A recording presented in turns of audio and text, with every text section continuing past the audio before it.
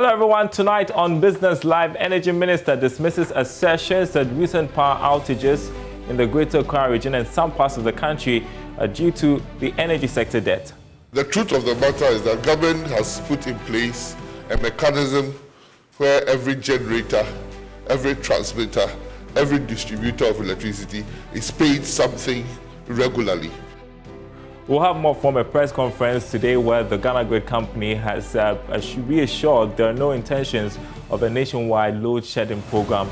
Also in the bulletin tonight, new premix fuel policy to save government 100 million cedis annually. We'll be hearing from the MPA. Plus, the whole airport expected to undergo commercial flight testing exercise in 2 weeks' time. Details in a moment. To stay with us. Welcome back, sir. Tonight, the Minister of Energy, Dr. Opoku Prempeh, has rubbished assertions that the recent power outages in the Greater Accra region and some parts of Accra or some parts of the country are due to the energy sector debt. According to him, government has settled some of the debt and has initiated several payment plans to clear any outstanding debt to power providers. He spoke at an ECG and Gridco press engagement today.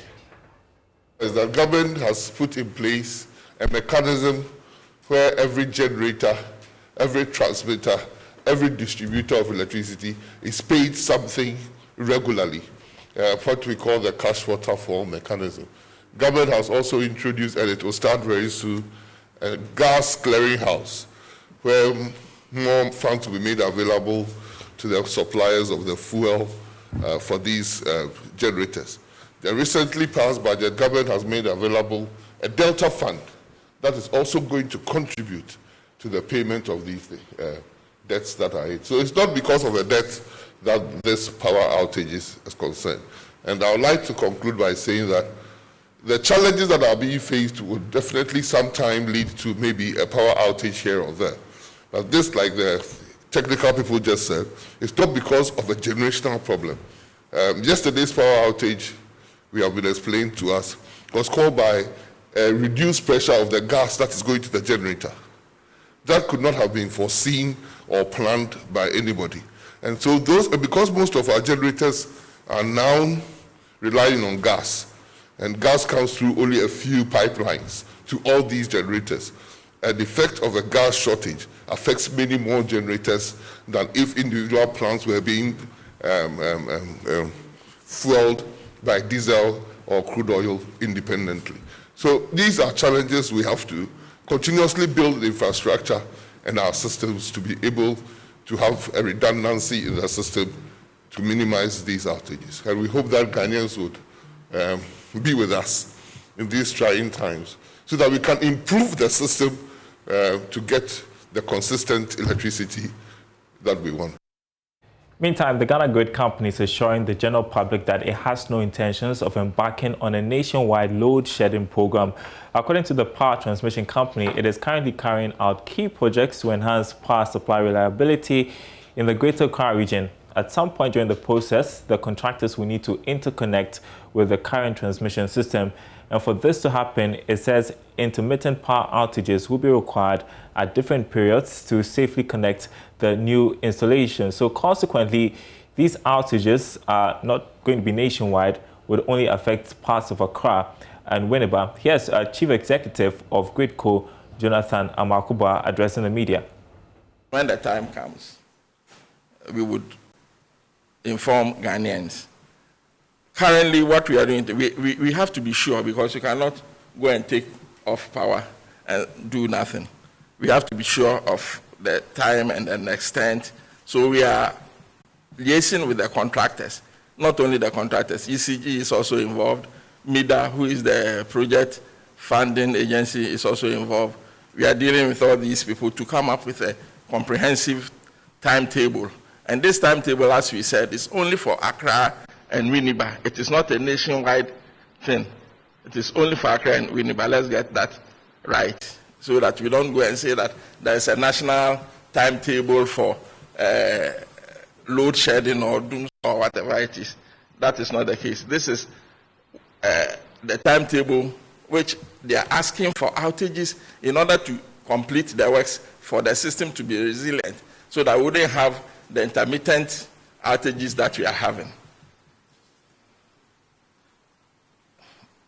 The stabilizer that he's talking about, I don't know what type of stabilizer that he's talking about, because we don't have stabilizers in our system. What we employ in our systems are capacitor banks and static VAR compensators to improve voltages. And as we speak now, all the capacitor banks that we have and the static VAR compensator that we have, they are all working as we speak now. In his talk, he talked about Kumasi. We found out that because the voltages are low in Kumasi, we need to install such a device in Kumasi. And thankfully, in the budget for 2021, it was stated that that project is going to be undertaken. So we are waiting to get all the documentation in order to install that device in Kumasi. So that one also will be part of the mitigating actions that we are taking in order to stabilize the power situation in Kumasi. GridCo says it's working hard to ensure reliable power supply by July this year. We hear next from Mark Iwaba, who is Director of Systems and Operations at GridCo. Tema is now a major generation hub. More than 1,000 megawatts are being generated in Tema. So we need massive transmission capacity to bring that. Let me come to Pokuase. Pokuase is in the northern part of Accra, and Pokuase is now going to be a hub where the power that is being evacuated from Abuazi on the 330 kV will now come to Pokuase before being sent to Tema. Pokuase will now allow ECG the flexibility to meet demand in the northern parts of Accra, and then in case that there are challenges elsewhere in Accra, load can always be moved elsewhere. So Pokuase will improve supply reliability in that area. In addition, I talked about the Kaswa bulk supply point. Kaswa, in the western part of Accra is in the central region, but it's sprawling, and the demand is so much in Kaswa. So analysis show that we need to build a substation in Kaswa. Kaswa currently is being supplied from Malam and then from Winneba, and that is accompanied by a lot of outages and so much losses within the distribution network because of the length. So Kaswa is being constructed, and that will also be completed somewhere in August, September. Pokuase will be completed by June, July. To address the Kumasi problem, the Kumasi Kintambo project is being built and will be completed by July this year. Also, the Ministry of Energy has taken a decision. As we analyzed, we saw that it is best if we could get a generator around Kumasi. So the ministry has taken a decision that the Ameri power plant should be moved to Kumasi. So efforts are being put in place to ensure that gas infrastructure is sent to Kumasi to feed the Ameri power plant once that movement is done. When this is completed, our system will become even more resilient. Well, let's discuss the latest developments. Joining me now is Fritz Moses, who is a research analyst with the Institute for Energy Security. Great to have you with us tonight, Fritz. So you have listened to the explanations GridCo has been offering concerning the recent power challenges. At least we know it is not a nationwide problem, and it's it's because of the current projects being undertaken by GridCo. So does this somewhat put to rest the fears that we are having about potential nationwide load shedding program?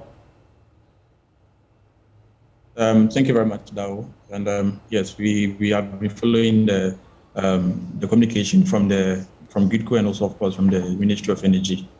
And yes, we have known all along that there were some major challenges in the transmission to parts of the country. And yes, again, we know also that the issues that we have been facing, that's the intermittent power supply, has been widespread in Accra, in Kumasi, mostly in the southern sector of the country. It was only until March 7th that we saw the total blackout in the entire country. But yes, we think that whatever changes, whatever upgrade in the systems that would have to occur would, in essence, affect these same areas, i.e. Accra, Kumasi, and then the most part of the southern sector or the southern belt of Ghana.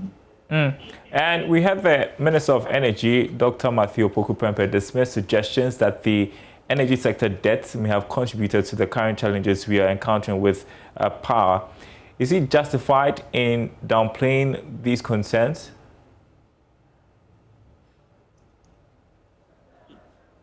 Hi, Fritz. Can you hear me?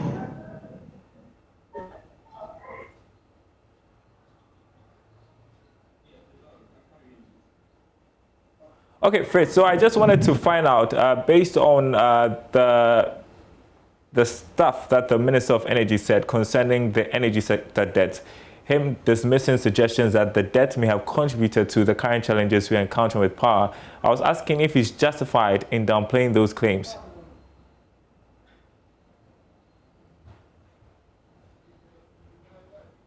So we think that the issue with debt in the sector and its impact on the current interruptions in supply, I agree with the fact that although there were upgrades or there were maintenance to be done, they were not being done because of the unavailability of funds. And these, in essence, meant that the debts owed by these operators and these and GRIDCO especially had not been adequately resolved or paid up. So you realize also again that GRIDCO is not even undertaking what they are saying from their own coffers. They have had to resort to loans. For example, some of the transmission line from Amasu to Kintampo is being done with loans from the French government. And these are some of the things that you would have to resort to in the event where you're not able to generate revenue from your own production. All right. Your organization, IAS, in a statement yesterday called for swift intervention to the power issues because it could affect efforts to reboot our economy. Now, you're asking government to fix especially the cash flow constraints. Tell us more.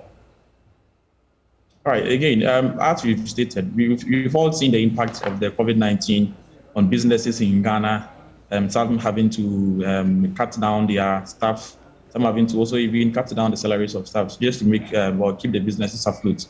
We think that if businesses are being taxed or they are forced to afford another cost of getting alternative electricity source in these times, it would be inimical to the growth of their own business and their own industries. We are looking especially at the industries and the manufacturing agencies who use up who are mostly the bulk users of electricity in Ghana.